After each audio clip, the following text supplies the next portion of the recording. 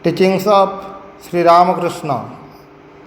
If one ponders over this word I, trying hard to track it down, one sees that it is only a word which denotes egotism. As by continual peeling of the skin of an onion, we find nothing is left. So on analyzing the ego, it will be found that there is not any real entity corresponding to the ego. Know thyself, and thou shalt know the non-self, the Lord of all. What is my ego? Is it my hand or my foot, flesh or blood, muscle or tendons? Ponder deeply, and thou shalt know that there is no such thing as I.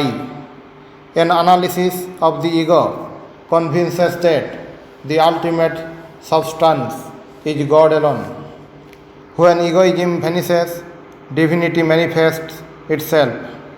Even when we are blinded by the fulfillment of every worldly desire, there may arise in us the question, who am I who enjoy all this?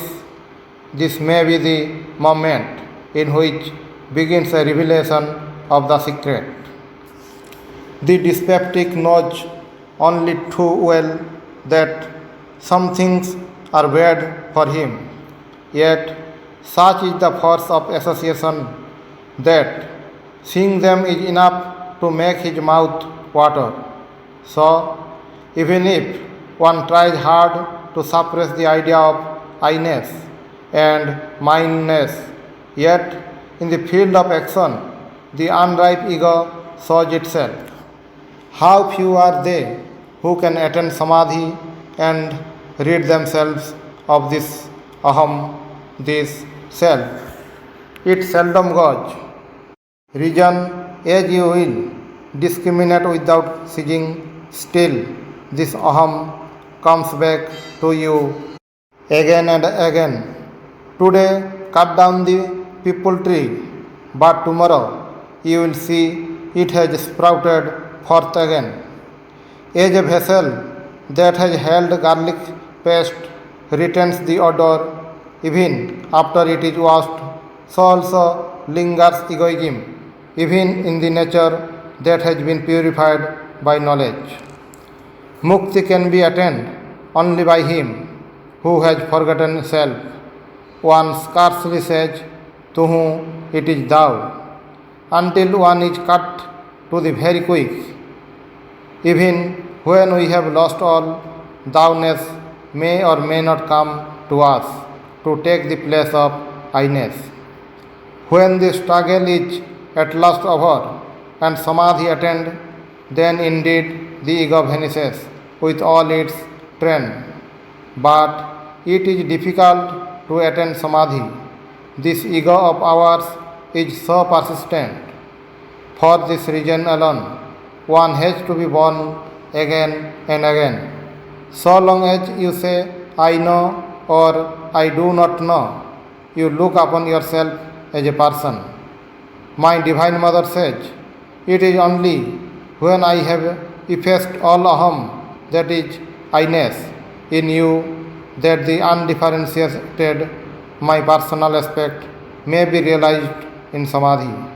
Till then, there is the I in me and before me.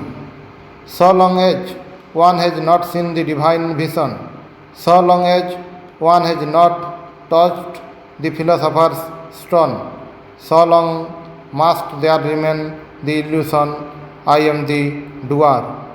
Here I have done evil and there good. It is this differentiation which creates for us the world Maya.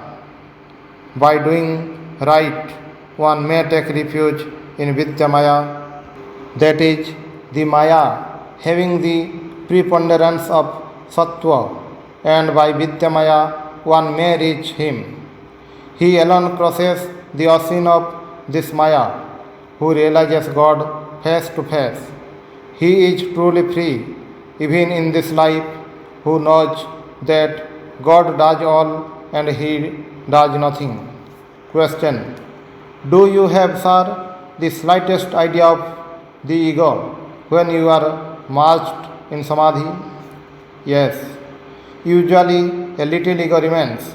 It is like the particle of gold leaf which, if wrapped on a lamp of gold, does not wear itself up completely.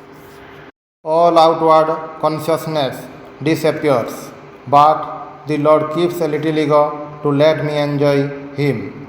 Sometimes, however, He drives away even that little. This is the formless samadhi. No one can say what that state is. It is the absolute transformation of one's own self into His.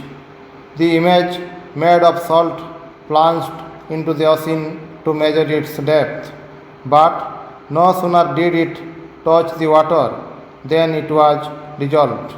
Then who could come up to give information as to how deep the ocean was?